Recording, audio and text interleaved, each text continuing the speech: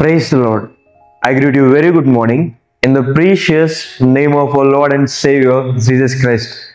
మన ప్రభువును రక్షకుడైన యేసుక్రీస్తు నామములో మీ అందరికీ శుభాలు తెలియజేస్తున్నాను. ఎలా ఉన్నారు? మీరంతా బాగున్నారా? మీకోసం ఎల్లప్పుడూ ప్రార్థన చేస్తున్నాను. మీరు మాకు తెలియపరిచిన ప్రతి ప్రార్థన అవసరాల కోసం దేవుని దగ్గర విజ్ఞాపన చేస్తున్నాను.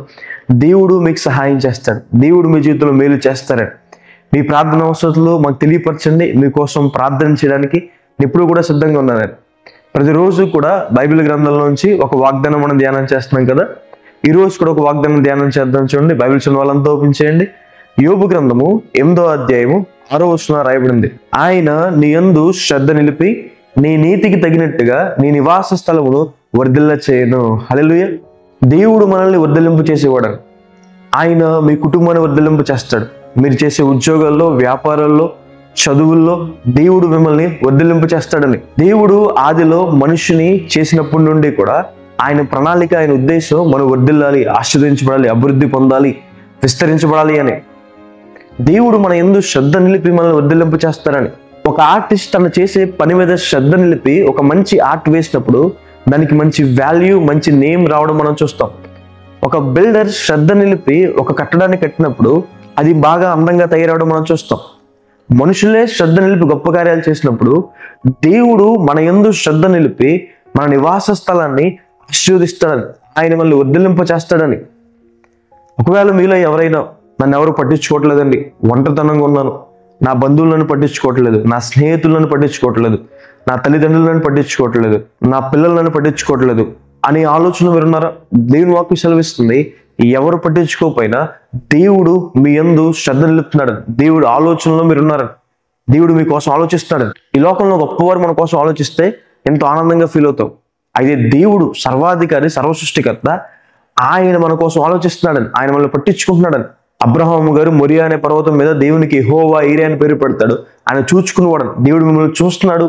మీ ప్రతి అవసరంలో దేవుడికి తెలుసు. ఆయన మీ యందు శ్రద్ధ నిలిపి మిమ్మల్ని వర్ధిల్లింప చేస్తాడని. మీరు ఏ పని అయితే చేస్తున్నారు, ఏ జాబ్ అయితే చేస్తున్నారో, ఏ వ్యాపారం అయితే చేస్తున్నారో దాంట్లో దేవుడు మీకు అభివృద్ధిని దయచేస్తాడు. మీ స్టడీస్లో దేవుడు మీకు జ్ఞానం ఇచ్చి మిమ్మల్ని ఉన్నతమైన స్థలంలో నిలబెడతాడు. క్రమక్రమంగా దేవుడు మనల్ని అభివృద్ధి పరచుకోవడం, మిక్కిలి గొప్పవారయ్యేంత వరకు కూడా దేవుడు మనల్ని అభివృద్ధి పరుస్తారని దేవుని వాక్యం సెలవిస్తుంది. ఆయన మనల్ని విడిచిపెట్టేవాడు కాదని. మీ ప్రార్థన వృధా పోలేదు, మీ దేవుని సమయం గడపడం వృధా పోలేదు, మీరు దేవుని కోసం వెచ్చించిన మీ ధనం వృధా పోలేదు, మీరు న్యాయంగా బ్రతకడం, పరిశుద్ధంగా బ్రతకడం వృధా కాలేదు. దేవుడు మిమ్మల్ని మీ నీతికి తగినట్టుగా వర్ధిల్ల చేస్తాడని, తన అతిక్రమంలో దాచిపెట్టి కూడా వర్ధిల్లడని.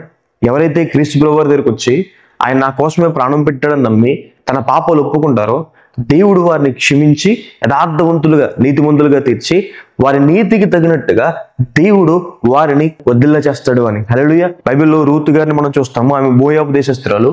ఆమె మోయాబు దేశాన్ని నుండి బెత్లెహేంకి వచ్చిన తర్వాత బోయజ్ గారు ఆమెని వివాహం చేసుకుంటాడు.